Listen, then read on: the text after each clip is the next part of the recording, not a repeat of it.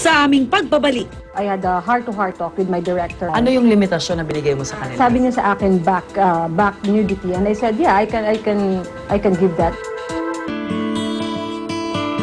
unang napasabak sa pagpapaseksi sa may gatas pa sa labi at babasaging kristal. Pero agad ding tinalikuran ang mundong ito nang maging abala sa buhay may asawa at pagiging isang ina. Ito ang tunay na buhay ni Ramona Revilla. Maputi at maganda ang hubog ng katawan. Kaya naman sumikat at sinubaybayan ang kanyang mga sexy film.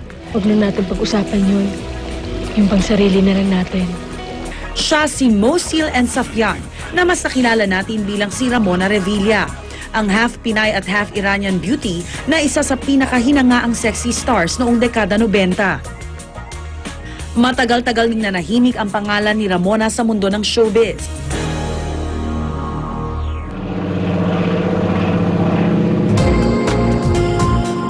At dito sa kanyang tahanan sa Parañaque namin siya muling nakita.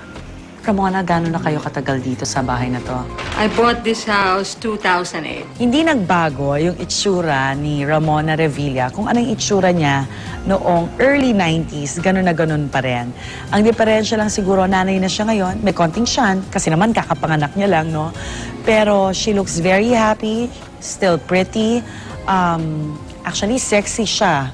Unika iha si Ramona. Nag-aaral noon dito sa Pilipinas ang tatay niyang Iranian nang makilala ang kanyang ina. Nagsama sila at naghiwalay din noong 3 taong gulang pa lamang si Ramona. Tuwan-tuwa ako at sabi ko, pwede pa siguro mag-artista or maging beauty queen.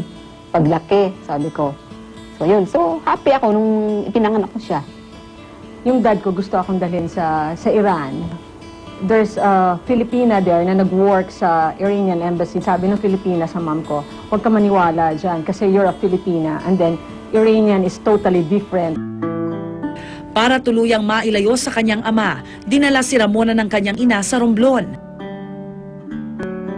At sa tulong daw ng kanyang mga tiyuhin, ay lumaki si Ramona sa isang maayos at marangyang pamumuhay.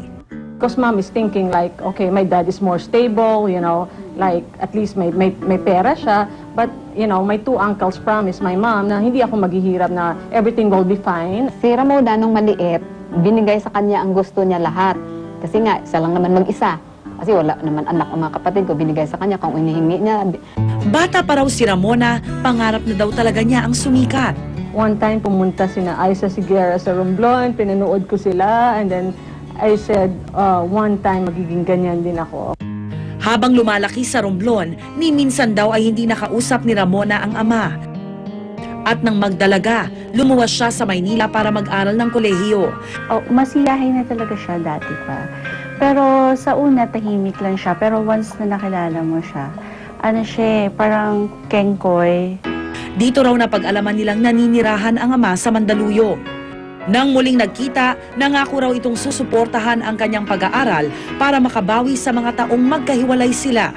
Si Daddy, ano bang trabaho? Businessman, yeah, but he's a civil engineer grad. Pero nang panahon na raw ng bayaran para sa kanyang pag-aaral, ni 5 ay hindi raw nakakuha si Ramona rito. Nag-MRT ako going to the school while he's driving a very luxury car. So I said, one day, magiging parehas tayo at marirealize mo kung ano yung iniwanan mo. Habang nasa kolehiyo, sumali si Ramona at nanalo sa isang beauty contest sa telebisyon. Dito raw siya napanood ng isang talent manager at inalok na pumasok sa showbiz. Taong 1997 nang unang lumabas sa pelikula si Ramona sa pelikulang May Gatas Pa sa Labi. Ano yung limitasyon na binigay mo sa kanila? Sabi niya sa akin, back nudity. And I said, yeah, I can give that. Yung promise naman niya, yun naman ang nangyari. Tutol man daw noong una ang ina ni Ramona sa kanyang pagpapaseksi. Nagpatuloy pa rin daw si Ramona sa pag-abot ng kanyang mga pangarap. Lahat ng eksena niyan, even love scene, lahat nandyan ako sa tabi niya. Noong una ko nakita na gano'n, umiyak ako. And then si Ray PJ Abiliana, kinausap siya, Mommy, this is part of being an actor. Artista kami, kaya wag kang umiyak dyan, dapat ikaw mag-artista kasi nagdadrama ka dyan sa isang gilid. Umiiyak yung mami ko. Si Direk Mauro Guiasamonte raw ang nagbansag sa kanya ng pangalang Ramona. Ride on sa pangalan ni Ramon Revilla. I think that was a good idea. Magka-catch yun. Nag-catch naman. No? pinatok ng audience. Pumatok sa takilya ang kanyang unang pelikula. Tinangkilik ng mga manonood ang mestiza beauty ni Ramona. Kasunod nito, hindi na raw maawat na pagdating ng iba't ibang movie projects at biyaya para sa kanya. Nung panahon na yun, parang medyo cheap, di ba? Siyempre, mga tao, masyadong judgmental, di ba? Pero as the year went along, napatunayan niyang iba siya, na meron naman siyang fire, na intensity, and she is fairly a good actress. 1997 din nang lumabas si Ramona sa mga pelikulang Sambahin ang Puri Ko, Babasaging Kristal, Ako Lang sa Langit, at Kirot sa Puso. Taong 1998, sunod-sunod pa ang mga pelikula ni Ramona, kabilang na Ang Tuloy, Bukas ang Pinto, at Armadong Judas. Alam mo ba kung magkano yon? Alam ko, mahal yun. Pero hayaan mo, kahit pa konti-konti, babayaran ko sa'yo.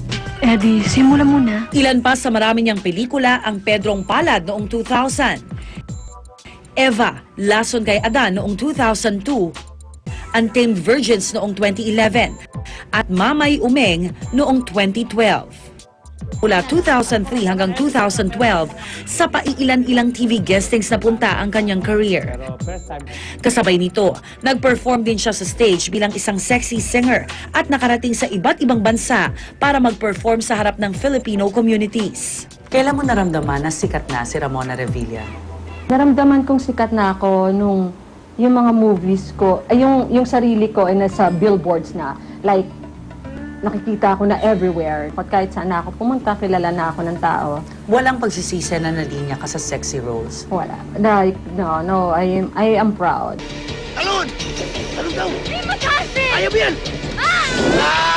Siguro ang advantage niya, she was beautiful. Even now naman, she still is beautiful. Maganda siya, at saka may height.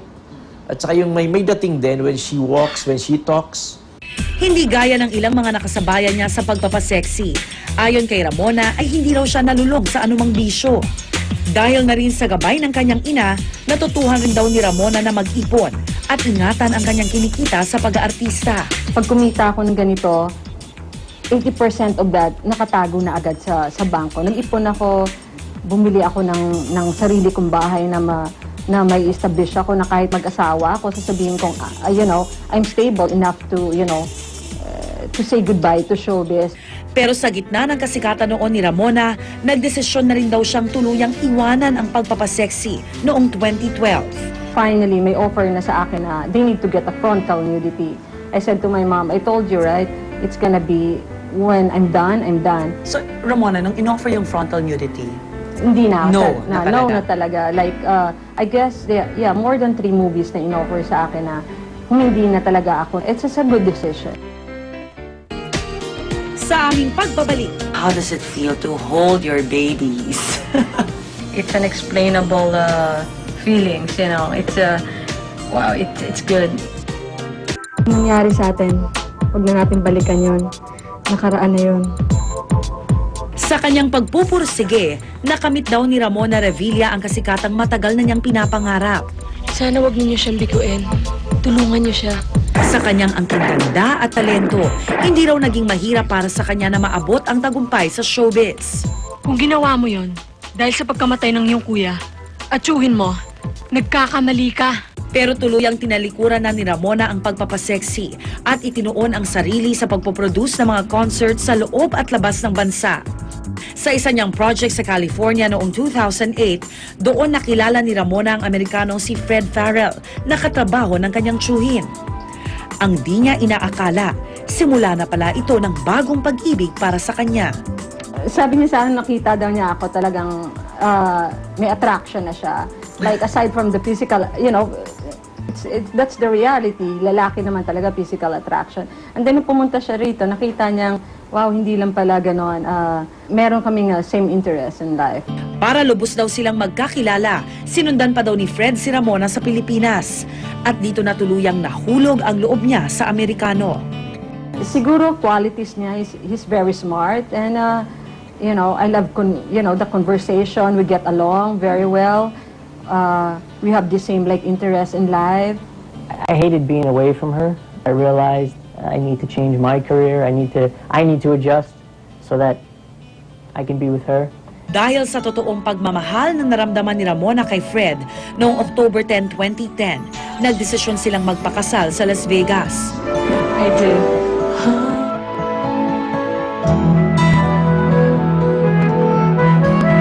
November 4 ng sumunod na taon naman ay sa Pilipinas nila naisipang mag-second wedding. Nito lang nakaraang buwan, ipinanganak ni Ramona ang kanilang triplets na sina Baby Fershana, Frederi at Freo Sel. Maselan at hindi raw naging madali ang kanyang pagbubuntis. At kasalukuyang nasa incubator pa sa ospital ang kanilang mga sanggol dahil ipinanganak ang mga ito na underweight at kailangang magdagdag ng timbang. Well, finding out that she was pregnant was a joy in itself, and then finding out that it's triplets was like multiplying that by 3.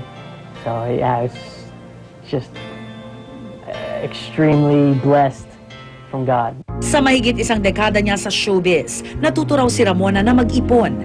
Nakabili siya ng mga sasakyan kabilang na ang Jaguar na ito. Naipundar din niya ang tinitirhang bahay ngayon sa Parañaque. Ano bang theme ng bahay ang meron ka? Do you have in mind? Gusto ko yung furniture galing lahat sa Italy. So yun lang pumunta ako sa store na gusto kong puntahan. At itong mga pictures, Yeah. paintings. Ako nag-design lahat, but I have my architect here, pero more on the painting lang siya, like, suggestion. Ipinakita rin ni Ramona sa amin ang koleksyon niya ng daan-daang signature perfumes. Mga relo, kabilang na ang isang Rolex at Cartier watch. Narito rin ang collection niya ng Louis Vuitton bags at iba pang mamahaling bag. Ang mga gamit naman para sa kanilang triplets, syempre dapat magkakamukha rin ang itsura. So sa Guam niyo pa ito binili? Yeah, we made a short trip to Guam just to buy strollers, swings. But yung iba dito na, locally. Katuwang ang kanyang mister na si Fred. Nagnenegosyo ngayon si Ramona bilang distributor ng wine at liquors. Sa ngayon, araw-araw daw na binibisita ni Ramona at Fred ang kanilang triplet sa ospital. Kailangan din daw nilang bumili ng breast milk sa milk bank dahil hindi kayang ibigay ni Ramona ang sapat na gatas para sa 3 bata. How does it feel to hold your babies? It's unexplainable feelings. When we're home, we miss them a lot. Like, we cannot wait to go to the hospital every day. How do you distinguish one from the other? Fershana is the biggest. Yeah, Fershana, Okay. it has the biggest face. Frederi is, she has a very pointy nose. So Priyosil is like a little bit of Asian, Filipino looking, but like softer. It's every one of them, but different features. Sa piling ng kanyang pamilya at mga anak, naranasan daw ni Ramona ngayon ang pinakamasayang bahagi ng kanyang buhay na hindi niya naranasan noon sa showbiz. Maswerte rin daw siya at mayroon siyang ina at mapagmahal na asawang patuloy ang pagsuporta at paggabay sa kanya at sa kanyang 3 mumunting anghel. Ano ang aral ng iyong tunay na buhay? You need to save when you're still on, the peak of your career. Hindi siya habang buhay. At least pag wala na yung kasikatan mo, you have all the savings. You can still live the normal life. Siya yung nagsabi sa akin na, okay, gusto kong pumasok ng showbiz, pero hanggang dito lang ako at pagkatapos nito, ayoko na, matupad ko lang yung pangarap ko. Hanggang sa susunod na Sabado, ako po si Rhea Santos. Bawat karanasan, may mga aral na tumatatak sa ating mga puso at isipan. Sama-sama ulit tayo makibahagi sa mga kwentong personal, dito lang sa Tunay na Buhay.